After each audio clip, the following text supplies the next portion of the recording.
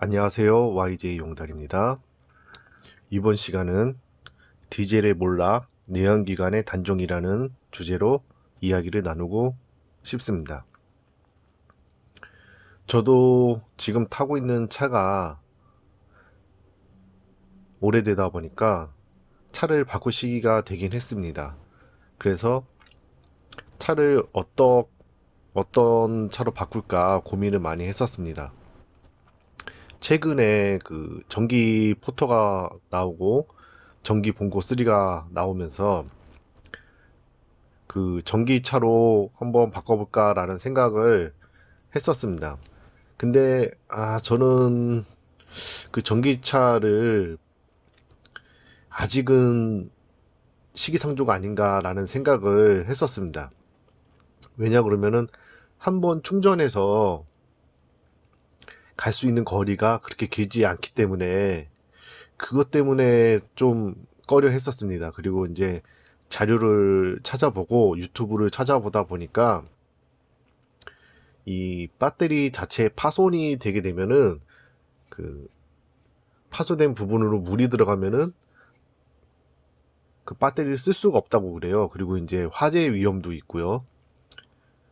그래서 이렇게 전기 포토나 전기 봉고 3가 이렇게 다니는 걸 보니까 이 배터리가 밑쪽에 크게 붙어 있는데 제가 지금 포토로도 무슨 공사 현장이라든지 이런데 좀 다니다 보면은 땅이 울퉁불퉁하고 그런 부분들이 굉장히 많거든요. 그래서 밑에 포토 하부가 이렇게 막 다는 땅바닥에 나와 있는 돌이라든가 이렇게 울퉁불퉁한 곳에 이렇게 많이 긁히는 걸 많이 경험은 하게 됩니다.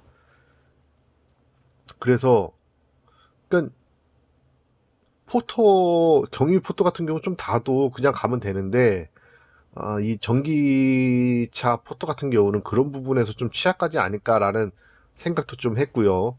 그리고 가장 큰 문제는 한 번에 갈 수 있는 거리가 너무 멀다라는 거. 그게 이제 좀 결정적인 제가 포토를 그 전기 포토를 안 사게 된 계기가 된 것 같습니다. 근데 지금 제가 이제 보니까 뭐 좀 시간이 지나고 나면은 한 번 충전으로 뭐 400km 정도 간다고 그러면은 쓸만할 것 같아요. 그래서 그 아마 몇 년 안에 그 정도의 그 거리를 갈 수 있는 전기 포터가 나오지 않을까 생각을 합니다. 그러면은 이제 제가 그 기사를 화면에 보여드리면서 이야기를 좀 할게요. 자, 제가 제목을 읽어드릴게요. 현대차 2045년 탄소 중립 선언. 2040년엔 한미 중 유럽서 내연기관 단종. 2045년에 이제는 내연기관 자체를 만들지 않겠다는 거겠죠. 그러면 지금부터 내연기관을 연구를 하지 않을 것 같아요. 예, 이미 내연기관은 끝났고 이제 전기차의 시대가 열리는 것 같습니다. 이제 본문을 보면요. 본문을 읽어드리면은 현대 자동차가 2045년까지 자동차 생산, 운행, 폐기까지 전 과정에서 탄소 배출량 제로 달성을 추진한다. 이를 위해 2040년부터는 한국, 미국, 중국, 유럽 등 4대 시장에서 내연기관 자동차 판매를 중단하기로 했다. 이렇게 되면 2040년에 중단하게 되면은 이제는 더 이상 엔진 엔진을 쓰는 내연기관 자동차는 볼 수가 없는 거겠죠. 자, 그리고 두 번째 기사를 보여드리면요. 자, 매년 150곳 폐업, 주유소의 변신이라고 해가지고 화면에 보면 수도권 최초 모든 에너지를 한 곳에서 휘발유, 경유, LPG, 전기, 수소 한 곳에서 다 팔고 있다는 거겠죠. 이 기사의 본문은 아이오닉 5 기준으로 80% 충전까지 18분 정도 소요되는 300kW급 초급속 충전기입니다. 최근 문을 연 서울의 한 주유소. 땅에서 보면 평범해 보이지만 하늘에서 보면 주유소 옥상 전체가 태양광 패널로 덮여 있습니다. 기름을 파는 주유소에서 태양열과 수소 연료 전지로 전기를 직접 만들어 팔 수 있도록 자가 발전 전기차 충전소를 만든 것입니다. 연간 2500메가와트의 전기를 생산할 수 있는데 전기차 43,000대를 충전할 수 있습니다. 휘발유 경유를 쓰는 차량이 점차 감소하고 대체 연료 차량들이 늘어날 것으로 전망하면서 기존 주유소들이 LPG나 전기 같은 여러 종류의 연료를 팔 수 있는 복합 충전소로 변신을 꾀하고 있는 것입니다.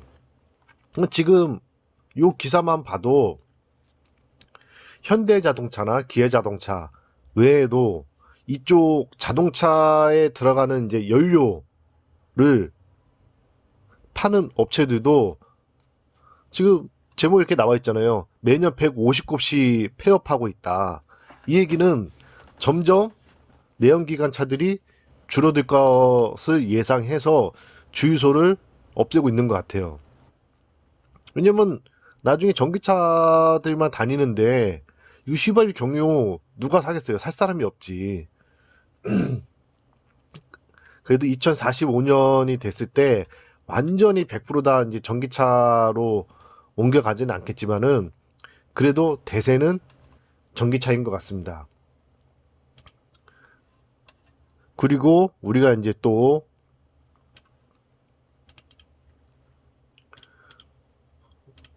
민감하게 봐야 할 부분이 뭐냐면요. 우리 이제 화물차 가족 여러분들 우리 운행하시면서 기름 넣으시면은 경유 LPG들은 그리고 유가보조금 지원을 받았죠. 그런데 이게 지금 원래는 이제 폐지 수순으로 가고 있어요. 왜냐하면은 환경 문제에서 대기 오염 물질 배출을 많이 하는 게 우리 여기 화물차거든요. 요 표에 보면은 화물차가 상당히 많은 그 대기 오염 물질을 배출을 합니다. 그래서 이 표에서 보면은 모든 뭐 CO2, 뭐 녹스, 뭐 이렇게 뭐 환경 배출원 이렇게 써져 있는 것들이 있거든요. 여기에 보면 화물차가 가장 높아요. 단연 가장 높습니다. 그래서 환경을 오염시키는 주 원인으로 화물차가 지목이 되고 있어요. 그래서 그 화물차에 유가보조금을 주는 거는 말이 안 된다는 얘기가 예전부터 제가 기사로 봐왔었습니다. 그래서 여기 이 기사의 본문을 보여드리면요. 제가 이제 빨간 줄을 그어놨는데 그 부분만 읽어드릴게요. 2050 탄소 중립 달성을 위해 정부가 경유 화물차에 지급하는 유가 보조금을 단기적으로 폐지해야 한다는 국가기관의 제언. 요 이제 폐지해야 된다는 게 이 수순을 갈 수밖에 없다는 거겠죠. 자, 그러면 여기 또 빨간 줄 쳐준 데를 읽어드리면요. 전기 수소차 누적 대수 50만 대를 달성하기 위해 경유차 매연 저감 장치 부착 지원 사업을 지난해보다 절반 이상 축소한 35,000대 수준으로 줄이고 경유 화물차를 액화 석유가스 차량으로 전환 지원하는 사업도 축소한다는 계획이다. 지금 매연 저감 장치 DPF 다는 사업도 축소를 하고 그 다음에 경유 화물차를 LPG 차량으로 지원하는 사업도 축소를 한다는 거예요. 이 LPG 차량을 사면은 이 지원금을 줬었거든요. 이것도 축소를 한다는 거예요. 그러니까 정부는 지금 전기차가 대안이다. 전기차로만 가겠다라는 게 여기 이 기사에서 엿보입니다. 자, 요 밑에 거 또 읽어드리면요. 경유를 대체할 수 있는 대체 연료 차량의 기술 수준을 감안해 경유 차량에 대한 유가 보조금은 향후 5년간 유지한 후 일몰하고 친환경 화물차의 시장 점유율 수준에 따라 폐지를 하는 방안이 있다고 밝혔다. 환경부는 유가보조금과 같은 역할을 할 수 있는 안전운임제 도입 등을 전제로 유가보조금 폐지를 논의할 수 있다는 입장이다. 그러니까 지금 내연기관차는 어차피 없어져야 될 차들입니다. 그리고 전기차, 그리고 수소차, 요런 차들이 나오기 전까지는, 기술 수준이 어느 정도 도달하기 전까지는 그래도 유가보조금을 지원할 것 같아요.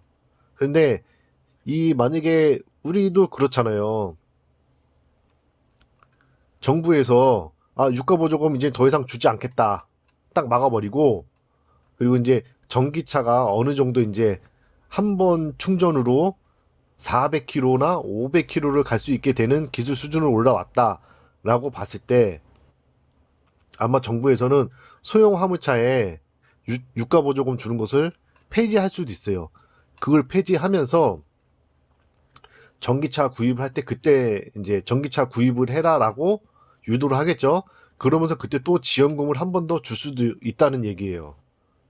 차량 보조금으로, 차를 살 때 차량 보조금을 줄 수 있다는 얘기겠죠. 그리고 그 더 지나면은 이제 유가보조금과 같은 역할을 할 수 있는 안전운임제 도입. 그러니까 정부는 그래도 어느 정도 계획이 있는 것 같아요. 경유차들이 어느 정도 많이 줄고 나면은 안전운임제를 도입할 생각은 있는 것 같습니다. 자, 여기서 결론을 말씀드리자면요. 내연기관차, 디젤 차량의 몰락이 다가왔다 라는 말씀을 드립니다. 그리고 지금부터 경유차를 타시는 분들은 어차피 전기차로 갈 수밖에 없다는 것을 아셔야 할 것 같아요. 예. 그래서 지금 제가 기사 3가지를 제가 소개를 시켜 드렸는데요. 요런 제가 기사 소개시켜 드린 거 보시고 전기차로 좀 나중에 이제 한 번 충전에 400km, 500km 간다고 하고 하는 그런 차들이 나온다고 하면은 보조금을 줄 때 바꾸는 것이 좋지 않을까라는 생각이 들긴 합니다. 저도 지금 그 시기를 기다리고 있습니다. 400km, 500km 갈 수 있는 차량이 나오기를. 이번 시간은 여기까지 하도록 하겠습니다. 감사합니다.